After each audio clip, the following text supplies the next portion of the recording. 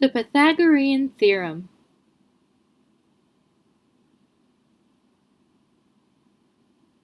If triangle ABC is a right triangle with the right angle as angle C, then a squared plus b squared equals c squared.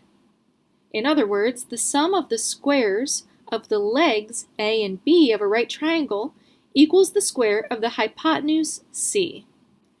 There are a number of proofs of the Pythagorean theorem. This counting proof is perhaps the easiest to visualize. Start with a right triangle with legs A and B and a hypotenuse C. Then construct a square using leg A as one side. It can be seen that the area of that square is a squared. In this case, that's a squared equals 16. So we're assuming A is 4 because it's 4 units tall. Therefore, the area here is 16. Then we will repeat that with leg B. All right, so if B has a length of 3, then the area of this square would be 9, 3 times 3. Finally, we repeat with hypotenuse C. All right, so C has a length of 5, so therefore we have a square that's 5 by 5. 5 squared is 25. Since 16 plus 9 is 25, we have shown that a squared plus b squared equals c squared. While this is just one example, this theorem holds for all right-angled triangles. Pythagorean triples are 3 positive integers ABC that satisfy the Pythagorean theorem.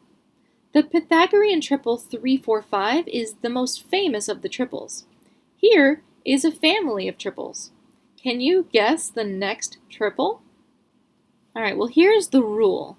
If n is 1, then 2 times 1 plus 1 gives us 3. If n is 1, then this would be 1 plus 1, 2 times 2 gives us 4.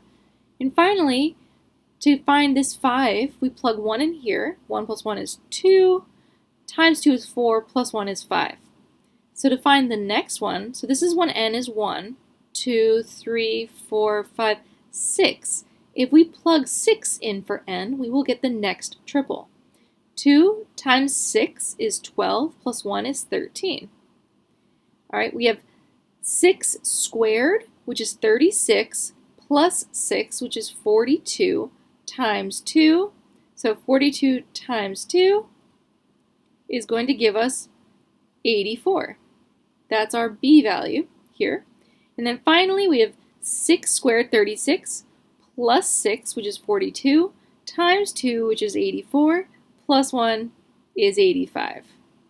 The legs of a right triangle have lengths 3 and 5. So there's 3, there's 5. I made it a little bit longer. What is the length of its hypotenuse to the nearest tenth? All right, so we start with the Pythagorean theorem. We're going to flip it around because we're looking for c. C squared equals a squared plus b squared.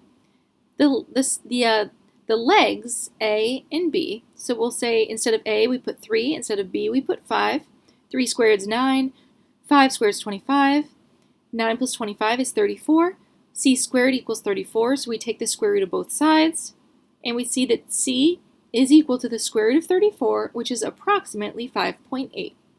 The legs of a right triangle have lengths 7 and 4. What is the length of its hypotenuse to the nearest tenth?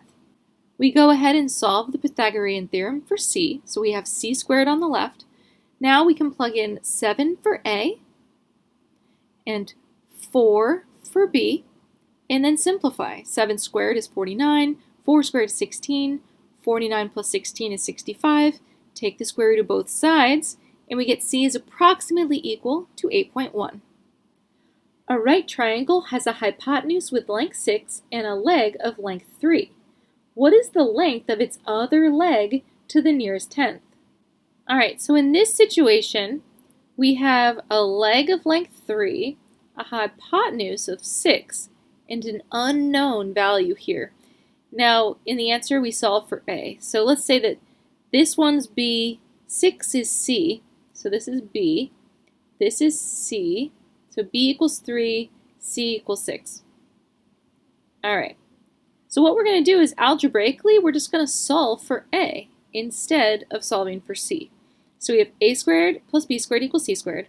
Subtract the b squared to the other side. Now we just plug in our values for c and b. So c is this positive term here, 6 squared. B is going to be a negative term, so negative 3 squared. Simplify, and we get that a must be approximately 5.2.